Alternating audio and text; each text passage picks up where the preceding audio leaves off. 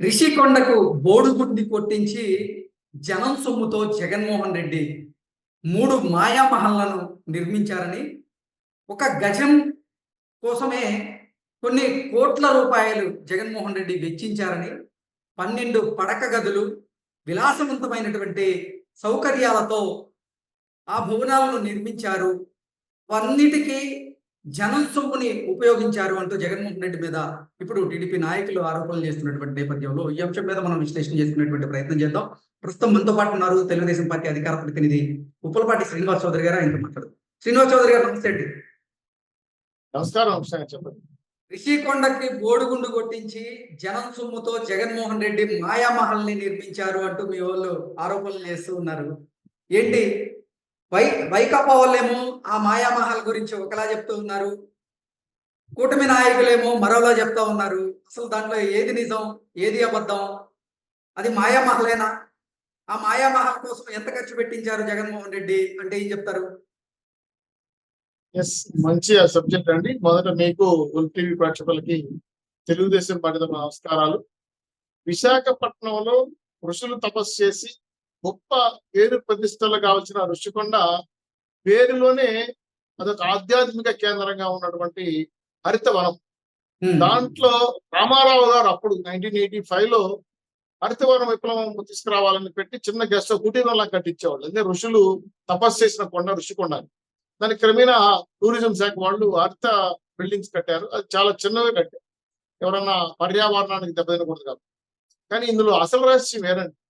మీరు 500 కోట్లు బిల్డింగే చూస్తున్నారు, కానీ దాని వెనకాల చాలా పెద్ద నిగూఢమైన రహస్యం దాని. ఏదైతే రెడ్ దిబ్బలు అంటే ఎర్రమట్టి దిబ్బలు ఉన్నాయో వాటిని తవ్వుకుంటే 2000 కోట్లు వచ్చింది. దాంట్లో డబ్బు అంత పెద్ద ఎత్తున కుంభకోణం చేసిన వ్యక్తి ఈ జిల్లా వ్యక్తి, చెవిరెడ్డి దాని చెవిరెడ్డి మాజీ ఎమ్మెల్యే దాని కాంట్రాక్ట్. ఇది కాకుండా లాటరైట్, ఆర్కియాలజీ, జువాలజీ ద్వారా ఋషికొండలో చాలా గుప్త నిధులు ఉన్నాయని చెప్పి చాలా మంది చెప్పారు. మరి తొవ్విన నిధులు మొత్తం అంటే ఏవైతే జేసీబీలో క్లీన్ చేశారో లోడారు అన్నింటి పైన అసలు నేషనల్ గ్రీన్ ట్రిబ్యునల్ పర్మిషన్ తీసుకోకుండానే ఈ కట్టడాలు నిర్మించారు గతంలో అంటూ కూడా జగన్మోహన్ రెడ్డి మీద ఎన్నో ఆరోపణలు వచ్చాయి. అసలు ఆ రిషికొండకు బోడిగుండు కొట్టించి ఈ భవనాలు నిర్మించేటప్పుడే మీ వారు భయంకరమైనటువంటి ఆరోపణలు చేశారు, మీ పార్టీ నాయకులు కూడా. గ్రీన్ ట్రిబ్యునల్ కేసులో చాలా మంది ఇంప్లూడ్ అయినారు.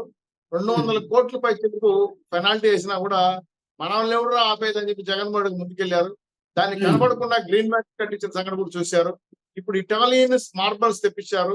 అలాగే ఒక టబ్బు 25 లక్షలంట, ఒక టాయిలెట్ 3 లక్షలంట. ఎక్కడెక్కడ ఇతర దేశాలు ఇంపోర్ట్ చేసి ఆ విలాసవంతమైన భవనాలు, మళ్ళీ నేను 30 ఏళ్ళు ముఖ్యమంత్రి ఉంటాను, 10 ఏళ్ళ ఒక భవనం, 10 ఏళ్ళ ఒక భవనం, 3 భవనాల్లో 10 ఏళ్ళు ఉండాలనుకున్నాను, నాకు తెలియదు. కానీ పూర్తి స్థాయిలో రాష్ట్రంలో నిరుద్యోగులు ఉద్యోగాలకు అవసరపడతా ఉంటే, ఆశా వర్కులు జీతాలు ఇవ్వకపోతే, ఉన్న ఉద్యోగులకు ఉద్యోగాలు డబ్బులు ఇవ్వకపోతే, జీతాలు ఇవ్వకపోయినా కూడా రాష్ట్ర ఖజానా గడ్డి కొట్టి 500 కోట్ల పై చిలుకాడ మట్టిపాలు చేశారు విలాసవంతమైన భవనాల కోసం. అయితే ఇక్కడ భారతీయ గారు జగన్మోహన్ రెడ్డి గారికి ఇల్లు లేవా, ఆయన మాట అనేవాడు, పేదలకి ధనికులకి మధ్య జరుగుతున్న విప్లవం గొడవలు. మరి ఎవరు పేదలు ఎవరు ధనికులు? రూపాయి ముఖ్యమంత్రి కదైనా, వీటికి ఇంత విలాసవంత భవనాలు. సరే, ఇంకో మాట కొంత లేదా పని ఇండ్లు భారతదేశంలో మెట్రోపాల్ సిటీలో ప్రతి బాంబే నుంచి మీరేమో శ్రీనివాస్ చౌదరి గారు, చిన్న డౌట్, మీరేమో ఆ విలాసవంతమైనటువంటి 3 భవనాలు జగన్మోహన్ రెడ్డి కోసమే కట్టించుకున్నాడు జగన్మోహన్ రెడ్డి అంటూ మీరు ఆరోపణలు చేస్తున్నారు. కానీ వైకాపా నాయకులు మాత్రం బయటకు వచ్చి ఆ 3 భవనాలు జగన్మోహన్ రెడ్డి కోసం కట్టించింది కాదు, ప్రభుత్వ భవనాలు గాను లేకపోతే అవేదో పర్యాటక వాళ్ళు కట్టించినట్లుగా వాళ్ళు మాట్లాడుతున్నారు. అసలు ఏది నిజం? తాటి చెట్టు కింద కూర్చొని నేను పాలు తాగుతున్నాను అనడం. అట్లా ఆడ 500 కోట్లు దోచేసుకొని అయ్యో మాకేం తెలియదు అమాయకులు అని చెప్పినట్టుగా ఉంది వీళ్ళు చెప్పేది. జగన్మోహన్ రెడ్డి గారి యొక్క టూరిజం శాఖలో ఏం జరిగింది పైన ఖచ్చితంగా శ్వేతపత్రం రిలీజ్ చేస్తాం. ఋషికొండని బోడుగొట్టి ఆధ్యాత్మిక కేంద్రమైన ఋషికొండని ధ్వంసం చేసిన దానిపైన సిట్టేస్తాం. మొత్తం వ్యవహారాల్లో లాటరైట్ కానీ, అదేవిధంగా కింద జరిగిన ఎర్రమట్టి దెబ్బలు కానీ, అలాగే ఖనిజ సంపద కానీ, అక్కడ ఏమైనా లంకి బియ్యలు దొరికాయా, లేదా ఇంకేమైనా ఖనిజ సంపద దోసేసారా, ఒత్తివేడి గతంలో ఆర్కియాలజీ డిపార్ట్మెంట్ విశాఖపట్నం యూనివర్సిటీ వాళ్ళు చెప్పారు ఋషికొండ పైన చాలా నిధులు ఉన్నాయి. మరి ఈ నిధులన్నీ ఏమి దోసేసారు, ఎక్కడికి వెళ్ళిపోయిన పైన ఖచ్చితంగా వ్యాన్కోరు జరుగుతుంది. జగన్మోహన్ రెడ్డి గారు రూపాయి శ్రీనివాస్ చౌదరి గారు, ఒక చదరపు గజానికి లక్షల రూపాయలు పైగా వెచ్చించారు అని అలాగే 12 పడక గదులను వారు అత్యంత సుందరంగా కట్టించుకున్నారని, వాష్‌రూమ్స్ చూసుకున్నట్లయితే చాలా విలాసవంతమైనటువంటి వాష్‌రూమ్స్ ఉన్నాయంటూ కూడా మీ పార్టీ నాయకులు దాన్ని ట్రోల్ చేస్తూ, ఇంత విలాసవంతమైనటువంటి వాష్‌రూమ్స్ దేనికి? ఎవరిని హత్య చేయించడానికి?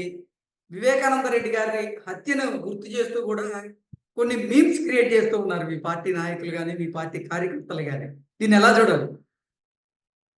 ఇప్పుడు జనాల డబ్బుతో విలాసవంతమైన ముఖ్యమంత్రి చేసిన కార్యక్రమాల వల్ల ఈ భవనాలు ఎందుకు యూజ్ చేస్తారనే పైన చాలా ప్రశ్నలు ఏర్పడుతున్నాయి.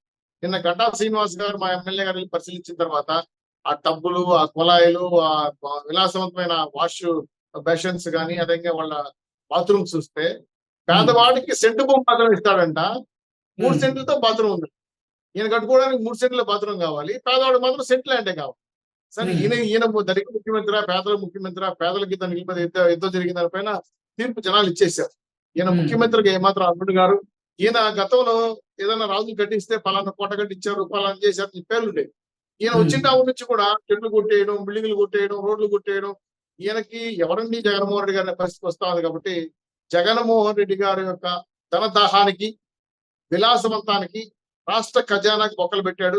దీని పరిణామం అనుభవిస్తాడు. భవిష్యత్తులో దీని మీద ఎంక్వైరీ చేసి ఋషికొండకు జరిగిన డ్యామేజ్ ని కట్టించాల్సిన బాధ్యత కూడా, కక్కించాల్సిన బాధ్యత కూడా ఉంది. ఈ శాఖలో ఎవరు ఇంప్లూడ్ అయ్యారు? కూడా కమిషన్ ఇంప్లూడ్ అయ్యాడా? ఈ బిల్డింగ్ పర్మిషన్లు ఎవరు ఇచ్చారు? హరిత ట్రిబ్యునల్ కేసు ఎదుర్కొంటున్నారు. లోకల్ ఎమ్మెల్యే మీద ఎంత దందా జరిగింది? ఇవన్నీ కూడా విచారిస్తాం. ఖచ్చితంగా ఋషికొండలో జరిగిన అన్యాయం పైన ప్రజా క్షేత్రంలో నిలబెట్టాల్సిన బాధ్యత తెలుగుదేశం పార్టీ కూటమి ఉంది. కాబట్టి భవిష్యత్ అంతా కూడా జగన్మోహన్ రెడ్డి గారికి నిజంగా చెప్పాలంటే నల్లేరు మీద నడక మాత్రం కాదండి. ఈయన భవిష్యత్తులో ఎమ్మెల్యే అర్హత కూడా కోల్పోయే పరిస్థితి పడతా ఉంది. ఈయనకున్న కేసులు, ఈ కేసులు విచారణకు వస్తే చాలా ఏళ్ళు శిక్ష పడతాయి. భవిష్యత్తులో ఈయన ఎమ్మెల్యే కాడని విషయాన్ని గుర్తెరిగి ఆయన అన్ని సర్దుబాటు చేసుకుని డబ్బు సంపాదించుకుందని ఆశతోనే వ్యాపారం చేశాడు. వ్యాపారం చేసుకున్నాడు, సంపాదించుకున్నాడు. ఋషికొండ లాంటి హిస్టారికల్ ప్లేస్ ని కూడా భూచదనం చేసి రాష్ట్ర ప్రజలకి, రాష్ట్ర ఖజానాకి నష్టం చేసిన ఈ మాజీ ముఖ్యమంత్రిని తప్పకుండా ప్రజాహితం సృష్టిస్తాం. 100% తెలుగుదేశం పార్టీ విషయం పైన అడుగులు వేస్తా ఉంది, ఎంక్వైరీ చేస్తా ఉంది. దాని మీద కమిషన్ కూడా వేయబోతాం అని చెప్తున్నాం. ఈ డ్యామేజ్ మామూలు డ్యామేజ్ కాదండి. ఒక చారిత్రాత్మకమైన కొండని ధ్వంసం చేసిన పాపం అంత ఈజీగా పోదు. పరిహారం ఈ చెల్లించాల్సిన 3 విలాసవంతమైనటువంటి ఎంత ప్రజా ధనాన్ని జగన్మోహన్ రెడ్డి వృధా చేశాడు? ఎంత వృధా చేసినట్లుగా మీ అంచనా వేస్తున్నారు మీరు? మీ దృష్టికి వచ్చిందంటే ఏం చెప్తారు? ఖచ్చితంగా అండి. ఇవన్నీ ఇంజనీర్లు, అలాగే లోకల్ గా ఉన్నటువంటి బిల్డింగ్ కన్స్ట్రక్షన్ ప్లానర్స్ అవన్నీ కూడా అంచనా వేస్తారు ఎంత డెవలప్ అయిందని. ఈయన ఈ 3 బిల్డింగ్లు కట్టుకుని వివేకానంద లాంటి వాళ్ళు హత్యలు చేయడానికా, లేదంటే రాబోయే రోజుల్లో వాళ్ళ అమ్మగారు, వాళ్ళ చెల్లెల్ని పక్కన పడేయడానికా, లేదంటే ఈయన భార్య, ఈయన సముద్రం ఒకటిన కూర్చొని వ్యూ చూడడానికా ఈ బిల్డింగ్లు దేనికి కట్టారో మనకు తెలియదు. కానీ గతంలో రోజా గారు మాత్రం ఒక మాట అనేవాడు. ఎందుకంటే టూరిజం బిల్డింగ్లు అని. మరి ఆ టూరిజం బిల్డింగ్లు అయితే ఇంత వినాశంగా ఎందుకు ఉంటాయి? అంత ఘోరంగా ప్రజాధనంతో దుర్మార్గమైన భవనాలు ఎందుకు కడతారు? కాబట్టి విలువలు కట్టలేనంత గొప్పగా ఖర్చు పెట్టేశారండి. నాకు తెలిసి 500 కోట్లు మనం అంటున్నాం కానీ వాటి ఒరిజినల్ కాస్ట్ లోకి వెళ్తే మాత్రం చాలా ఖరీదైనది. ఎందుకంటే వాళ్ళు చెప్పట్లేదు బయటికి. చాలా వరకు మూసిపెట్టి ఆ యొక్క రికార్డ్స్ అన్ని కూడా ధ్వంసం చేసి హార్డ్ డిస్క్ ని కాల్ చేశారు. వీళ్ళకి తెలియని విషయం ఏంటంటే బ్యాకప్ హిస్టరీ ఉంటుందన్న విషయం తెలియదు. అది తెలుసుంటే జాగ్రత్త పడేవాళ్ళు. ఇప్పుడు బ్యాక్ హిస్టరీతో బయటలాగుతున్నారు. తీసి ఖచ్చితంగా ప్రజాక్షేత్రంలో జగన్మోహన్ రెడ్డి గారికి వేడిలు పడేది మాత్రం 100% నిజం. శ్రీనివాస్ చౌదరి గారు, ఇంతకీ ఆ 3 విలాసమైనటువంటి బోనస్ మీరు దేనికి ఉపయోగించబోతున్నారు అంటే ఏం చెప్తారు? ఖచ్చితంగా సార్, ఇప్పుడు చాలా ఖరీదైన భవనాలు అవి. బహుశా రేపు ప్రభుత్వం వచ్చిన తర్వాత చాలా మంది ప్రిన్సిపల్ సెక్రటరీలు, టూరిజం సెక్రటరీస్ కూర్చొని ఏ పర్పస్ కి వాడితే రాష్ట్ర ఆదాయానికి ఉపయోగపడుతుందనే పైన కానీ దాన్ని ఎవరికో ఇచ్చేసేదో లేదా తప్పు చేసేదే కాదు. ఎవరైనా ప్రెసిడెంట్ గారు లేదంటే మన ప్రైమ్ మినిస్టర్ లాంటి వాళ్ళు వస్తే సౌత్ ఇండియా తూర్పు వచ్చినప్పుడు కొన్ని రోజులు ఉండడానికి వాడుకోవచ్చు. కానీ మిగిలిన టైంలో పెద్ద పెద్ద విలాసవంతమైన 5 స్టార్ హోటల్స్ వాళ్ళు ఉన్నారు. వాళ్ళకి ఫారినర్స్ డెలిగేట్స్ వస్తుంటారు. కాబట్టి అటువంటి వాళ్ళకి ఇటు వల్ల ఆంధ్ర రాష్ట్ర ఖజానాకి ఆదాయం జరుగుతుంది. కాబట్టి వీలైనంత వరకు నోవోటల్ లాంటి వాళ్ళు, అంటే టాటా గ్రూప్స్ కానీ, టీసీఎస్ గ్రూప్స్ కానీ ఉన్నటువంటి వాళ్ళతో కానీ, లేదా ఇంటర్నేషనల్ టూరిజం ప్యాకేజ్ ఉన్న వాళ్ళతో టైప్ చేసి ఆ బిల్డింగ్ ని అద్దెకి ఇవ్వడానికి ప్రయత్నం చేస్తాం. తద్వారా రాష్ట్ర ఖజానాకి ఆదాయం వచ్చే అవకాశం ఉంది. కాబట్టి దాన్ని ఏదో ఎవరి కోసమో లేదా విలాసవంతం కోసం వాడుకోవడానికి ప్రయత్నం చేయమని ఆ దిశగా ప్రభుత్వం ఆలోచిస్తుందని మేము అనుకుంటున్నాం. ఓకే అండి. Thank you so much. Thank you sir.